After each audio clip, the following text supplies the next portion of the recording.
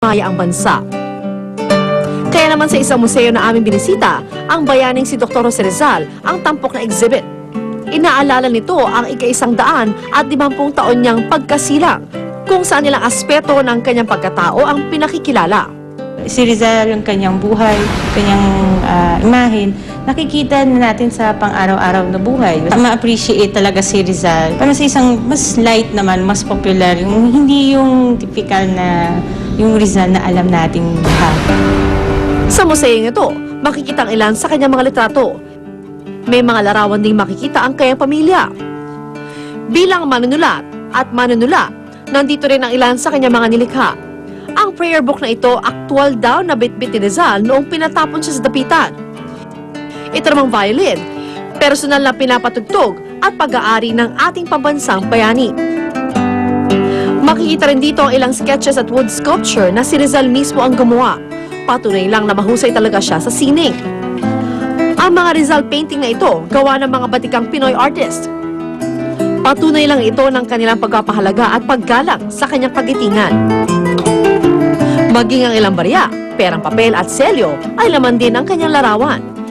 Ilan lang ito sa mga bagay na nakapaukol kay Dr. Jose Rizal na inyong makikita rito. Sa tulong nito, lalo salang mabuhay ang kanyang alaala dahil sa mga adhikain. At halimbawang pinakita niya ay maging inspirasyon din ito na susundan ng lahat ng Pilipino.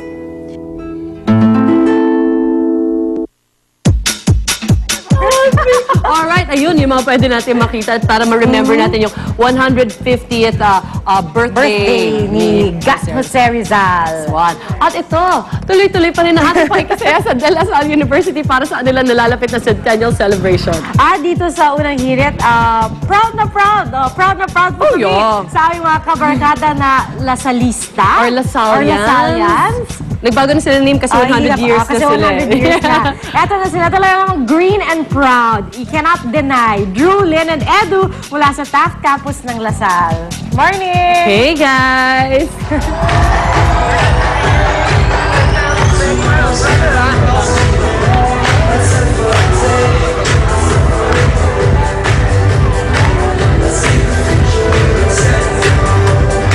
Sam! Let's go!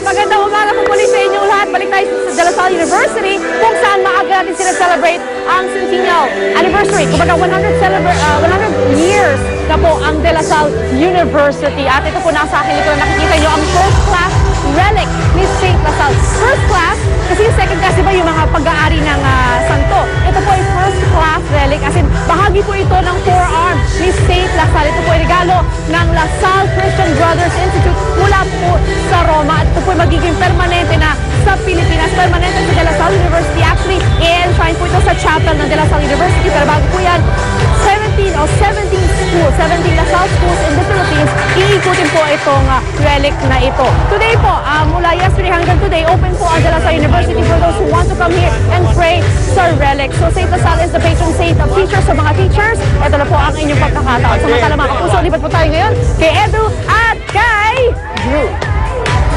Alright, thank you so much, Lynn. Ako live na live tayo ngayon dito sa amphitheater ng De La Salle University. Kasama ng mahigit kumulang 300 students. You've got security guards, you've got teachers, all dancing in one move. Of course, this is for the centennial celebration. 100 years ng La Salle, of course.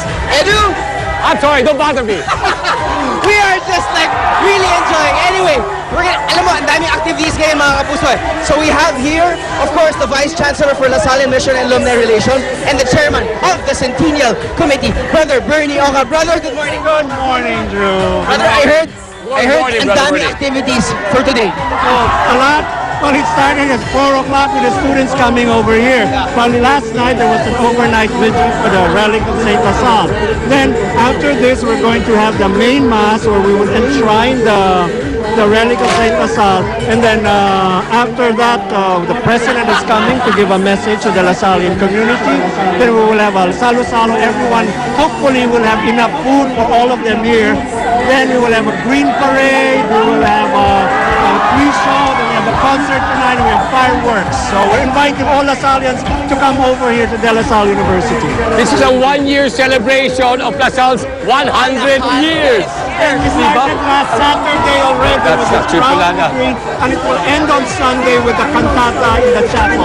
How awesome is that the relic is in display? Oh, this is a very major contribution of the brothers all over the world to give the Philippines a major relic of Saint Rizal.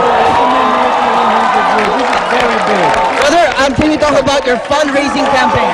Okay, so because we want to celebrate this and we thank God for all the gifts that He has given us with the Lasallian education, we want to share this Lasallian education to as many people as possible. So we have a One LaSalle Scholarship Fund and we want to raise 2 billion pesos. So 1 out of 5 students will be a full scholar in any of our schools. Brother Bernie, I know right now there are 17 Lasallian influenced institutions nationwide. Yes. Nag-start tayo ng 125 students. Ngayon, we have 90,000 nationwide. Wow! Di ba? So, this 2 billion will further just expand yung ating pananaw na everyone should be entitled, at least should be given a Lasallian education. So we're hoping 18,000 students will be full scholars. Wow. 18 because 20% of full-time scholars. Dapat scholars. So we will, that's why we're inviting anyone who wants to celebrate with us to donate also to the One LaSalle Scholarship How Fund. can they donate, Father? There will be boxes here and we can collect checks and we can use the credit cards all throughout and also all throughout the year. They can go to De La Salle and make a donation to the One LaSalle Scholarship You know what? Fund. Ang dami kong kilalang mga uncles, mga pinsan na from the States, from different countries, pupunta lang dito to celebrate, To celebrate tonight yung and today. Okay, and there's also a very big celebration of alumni, the World Alumni Congress on October 26 to October 31. So we're bringing a lot of people from all over the world to come for that big conference. Brother, thank you so much. Mga kaibigan, tuloy-tuloy pa rin po ang Centennial Celebration ng De La Salle sa aming pagbabalik. Alright, that's the studio. Magbabalik po ako muna unit. Animo Lasal!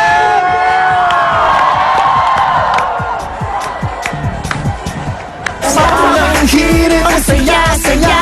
Sa unang hirit, mangungulat ka. The hottest teen star is within your reach. Futuretainment and Music Management International presents Miley Cyrus live in Manila. She's all set to party in the Philippines. Her only stop in Asia. Be part of the fun. Be part of history. This is a once-in-a-lifetime chance. Be at the Mall of Asia Concert Grounds on June 17,